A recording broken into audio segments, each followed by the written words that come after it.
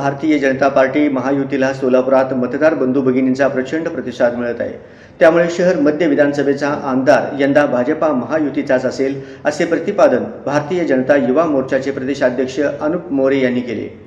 भारतीय जनता युवा मोर्चाचे प्रदेशाध्यक्ष अनुप मोरे यांच्या प्रमुख उपस्थितीत बुधवारी उपलब्ध मंगल कार्यालयात शहर मध्य विधानसभा युवा मोर्चाच्या वतीने निर्धार मेळावा मोठ्या उत्साहात पार पडला।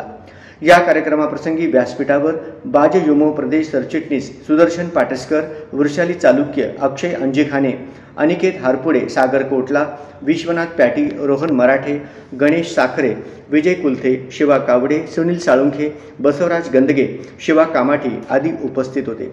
या प्रसंगी मध्य पूर्व व पश्चिम मंडलाची कार्यकारिणी घोषित करून नियुक्ती पत्र प्रदान करण्यात आले। युवा नेते व वडार समाजाचे युवक अध्यक्ष सुनील साळुंखे यांनी आपल्या शेकडो कार्यकर्त्यांसह भारतीय जनता पार्टीत प्रवेश करत देवेंद्र कोठे यांना मोठ्या मताधिक्याने विजय करण्याचा संकल्प जाहीर केला।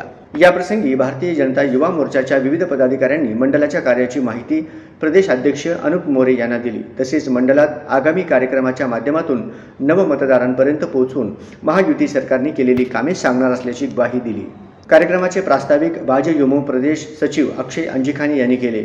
या प्रसंगी ते म्हणाले, युवा मोर्चाचा प्रत्येक कार्यकर्ता देवेंद्र कोठे यांना आमदार करण्यासाठी तत्पर आहे।